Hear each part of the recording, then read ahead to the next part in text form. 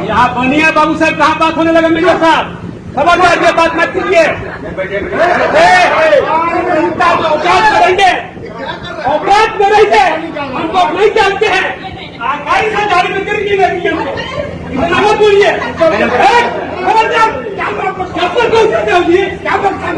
करेगा तू, क्या करेगा आपको, तुम्हारी औकात क्या है, तुमको बाहर निकलने का, और हमसे आगे रहेंगे, औकात करेंगे जब बाहर निकलेंगे। यह वायरल वीडियो आरा नगर रामलीला समिति की एक बैठक की बताई जा रही है। इस वीडियो में आपने देखा कि किस तरह से नगर रामलीला समिति के सदस्य शंभुनाथ प्रसाद व रिटायर्ड मेजर राणा प्रताप सिंह के बीच बहस हो रही है, जिसमें औकात देख लेने से लेकर बनिया राजपूत और कई तरह की बातें हो रही हैं। इस जुबानी जंग में बीच बचाव करते हुए और दोनों लोगों को समझाते हुए नगर रामलीला समिति की अध्यक्ष अर्चना सिंह सहित अन्य सदस्य देखे जा रहे हैं। कहा जा रहा है कि इसी विवाद के बाद से नगर रामलीला समिति में अंतरकलह हो गया, जिसके बाद बुधवार को एक पक्ष के लोगों ने नगर रामलीला समिति के बैनर तले एक बैठक करते हुए कमेटी को भंग कर दिया। इसके बाद गुरुवार को संभावना आवासीय उच्च विद्यालय के प्रांगण में अध्यक्ष अर्चना सिंह की अध्यक्षता में नई कार्यकारिणी का गठन करते हुए संगठन विस्तार किया गया। इसके बाद शुक्रवार को एक बार फिर जगदीश जी के गोला में एक बैठक आयोजित की गई, जिसमें अर्चना सिंह और रिटायर्ड मेजर राणा प्रताप सिंह पर कई तरह के गंभीर आरोप भी लगाए। इस वीडियो को तो आपने देख लिया, अब सुनिए कि डॉक्टर अर्चना सिंह ने इस मामले पर क्या कुछ कहा। इसके बाद हम आपको सुनाएंगे कि पूर्व सचिव शंभुनाथ प्रसाद, मदन प्रसाद, आलोक रंजन सहित अन्य लोगों ने इस मामले में क्या कुछ कहा है। पर भी आरोप लगा है कि उन्होंने जाति सूचक, मैंने कहा ना कि जब अपनी कमजोरी सामने आती है तो लोगों में कमियां दिखाई देने लगती हैं, और वही चीज अक्षरशः साबित हो रही है। अपनी कमजोरी को छुपाने के लिए दूसरे को दोषी बनाया जा रहा है। एक वीडियो सर्कुलेट हो रहा है कि जिस तरीके से मेजर राणा प्रताप सिंह को उकसाया जा रहा है, उस वीडियो में देखा जा रहा है। वो तो आप लोग निर्णय करेंगे ना, आप लोग निर्णय कीजिए उसको देख करके। राणा प्रताप सिंह को फ्रेम किया गया है या उस तरीके से जिस तरीके से जाति सूचक वाली बात आ रही है, क्या आप खुद उसको देख लीजिए। हाँ, मैं वहाँ थी, इसलिए मैं बोल रही हूँ कि उस वीडियो को आप देख लीजिए और निर्णय कीजिए कि कौन गलत है और कौन सही। गोली मारने की बात कर रहे हैं, चप्पू जूते उठाकर मारने की बात यहाँ पर बात नहीं, ये सब चीजें गलत है। आप वीडियो देख लीजिए। अब आप सुनिए कि रिटायर्ड मेजर राणा प्रताप सिंह को लेकर पूर्व सचिव शंभुनाथ प्रसाद, मदन प्रसाद सहित अन्य लोगों ने क्या कुछ कहा। अब तो मेजर राणा प्रताप जी ने जो कहा वो तो अब उसका हम क्या वर्णन करें। में किस हैसियत से काम कर रहे थे, वो एक सलाहकार समिति के रूप में रखा गया था। नगर रामलीला समिति के सारे पदाधिकारी मेजर होने के नाते इतनी सम्मान हमको नहीं लगता है कि उनके घर में भी मिलता हो। कोई चाचा से पुकारता था, कोई मेजर साहब से पुकारता था, मैंने जो भी संबोधन था वो करते थे लोग, और बहुत सम्मान के साथ। कहीं माने कार्यक्रम तो हम लोग का 18 दिन का होता है साल में, ऐसे भी कहीं रास्ते में भी भेंट होते थे तो हाथ जोड़कर उनको प्रणाम किया जाता था, और उनके द्वारा जो कार्य हुआ आप लोगों ने सुना ही।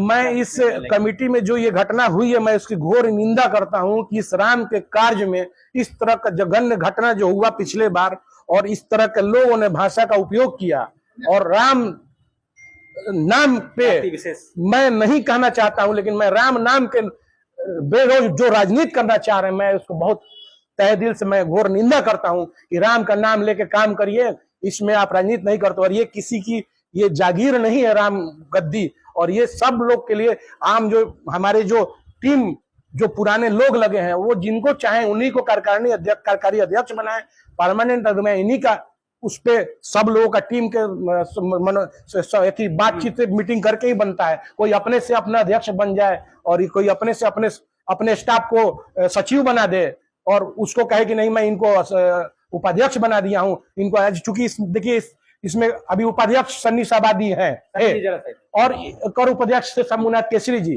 कहीं मीटिंग में इन लोग को नहीं बुलाया गया। जब हिसाब किताब चल रही थी, 1,38,000 रुपया हमारे अर्चना सिंह को निकला मैडम पर, वो स्वीकार भी किए हम दे देंगे। इसी बीच जब देखे कि मतलब कि 1,97,000 निकल रहा था, उसमें बात करते करते 1,38,000 पाया। उसी समय मेजर राणा प्रताप बोलने लगे तुम बनीवा क्या प्रोपेगेंडा कर रहा है, इसको हम सफल होने नहीं देंगे। हम लोग उनको बैठाएं, उसके बाद उनसे भी हम लोगों का हिसाब लेना था।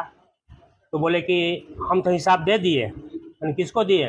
आप अपना रसीद का हिसाब का किसको दिए? तो बोले कि आपको दिए। मुझको मिला ही नहीं है। 2 बार बोले कि नहीं मैं आप ही को पैसा दिया हूँ। फिर रसीद खोजा गया। रसीद पर भगवान की बहुत बड़ी दया थी, ना तो 18,000 रुपया हमको अपने पॉकेट से देना पड़ता। उस पर लिखा हुआ था कि हम अर्चना मैडम को हस्बैंड को वहाँ रिसीव कराया हुआ था। तो भी मैम बोली कि ठीक है इसको हम देंगे। और उसके बाद बात मतलब कि वहाँ से बढ़ती गई और जा करके वहाँ जूता उठा लिए। मेजर साहब वहाँ जूता उठा लिए हमारे सचिव को मारने के लिए। आदमी लोग का इनके लड़के, आप ही के लड़के पंकज जी रोक रहे, ये क्या कर रहे हैं सर? बाहर गए, बाहर बोले कि आज रिवॉल्वर लेकर नहीं आए ना तो गोली मार देते। 28/7/2024 को जो घटना घटी है, बड़े दुख के साथ हमको कहना पड़ता है कि हम जितने पिछले वर्षों से इसमें कार्यक्रम में रहे हैं, हर समय हम लोग खुशी मन से कार्यक्रम को करते थे। एक दूसरे को ऐसा लगता था जिसे कि हम लोग बहुत प्रेम से रामलीला के कार्यक्रम को कर रहे हैं।